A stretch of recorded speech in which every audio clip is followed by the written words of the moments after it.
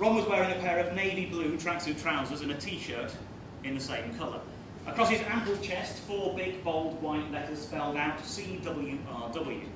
As it happens, it's one of the few Welsh words I know. It's pronounced cwrw, sort of, and it means beer. Despite knowing the word, my brain still went off for a little dance with it. At first glance, my English eyes had, reasonably enough, I think, seen it as a set of initials, and so a small part of my brain had instantly started trying to guess what they might stand for. In almost the same moment, another part of my brain had realised that it recognised a string of letters as a Welsh word, but it was too late by then. The synapses were firing. The playful side of my brain, the bit that does crosswords, was already running through the options, and the sensible part of my brain, the part that knew what was going on, seemed powerless to stop it. As I followed Ron upstairs, it felt like my brain was bickering with itself. Is it Cardiff Women's Rugby World? No, it's beer. Okay, how about the College of Western Rural Wales? No, I just told you it's beer. I know. Conan wrestles real wrestlers. Stop it, you're being silly now. Can whistle, Roger Whittaker. Look, no. It's clean with running water? No, it's beer. At the top of the stairs, Ron thrust his mug of tea in my direction and said, "Hold this for a minute, will you?" The warmth of the mug in my left hand brought me out of my reverie and back to the here and now, but with the woozy uncertainty of someone emerging from a hypnotist's trance. "It's beer, isn't it?" I said, my words sounding disconnected. "No," Ron furrowed his brow. "It's tea." "Oh, yeah, I didn't mean this," I said, nodding mugwards. "I meant on your shirt. The word on your shirt, that's beer, isn't it?" He glanced down at his chest to check. "Yes, it is, Dave," he said. "Would you like a glass of cwrw while we play? It's still too early for me, but you're very welcome if you'd like some." No, I'm very happy with my tea, thanks." "Righto," he said, and then, pointing skyward, he nodded. "Up there is where we're playing." I looked up. The hatch to the attic looked back at me. I looked down. Ron had a pole hook in his hand. I looked up again and watched as he skillfully slipped the hook into a loop and gave a gentle tug. The door swung open.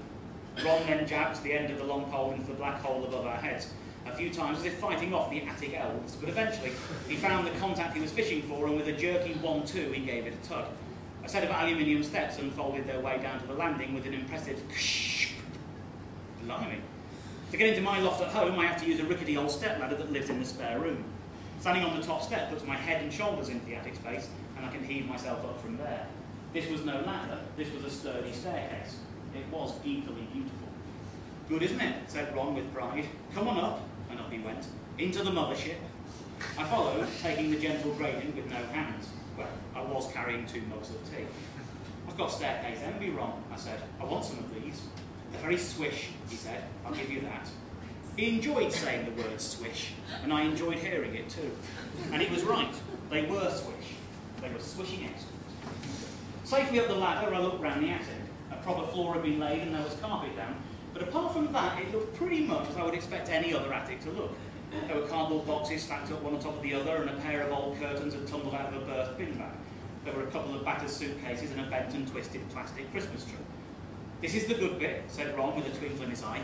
"Come here." What I couldn't see from my place by the hatch, but could easily see the moment I'd taken just 2 steps in Ron's direction, was that the attic was much larger than it first appeared. Which was obvious the moment I thought about it, because like most attics, its footprint was the size of the house on which it sat. Ron had stacked his boxes carefully. They acted as a partition wall dividing the space in 2. On the one side, it looked like, well, an attic, but on the other, secret side, it was a winter wonderland. A mystical landscape stretching as far as the eye could see. A whole world full of magical creatures and, no, tell a lie, I'm thinking of the wardrobe, wrong book. On the other side of the boxes, there were 2 pieces of furniture. At the far end of the attic, against the wall, there was an old 1950s chest of drawers that had seen better days, and in the middle of the space there was a very old kitchen table that had been cannibalised and turned into a permanent base for a Subbuteo pitch. "Nice work, Ron," I said. "Nice work indeed." "It's my pride and joy," he said, "my pride and joy." He paused. "I love it. Only thing is," he added, "Mary, that's my wife, she doesn't like me playing it, so this is my secret." "Really?"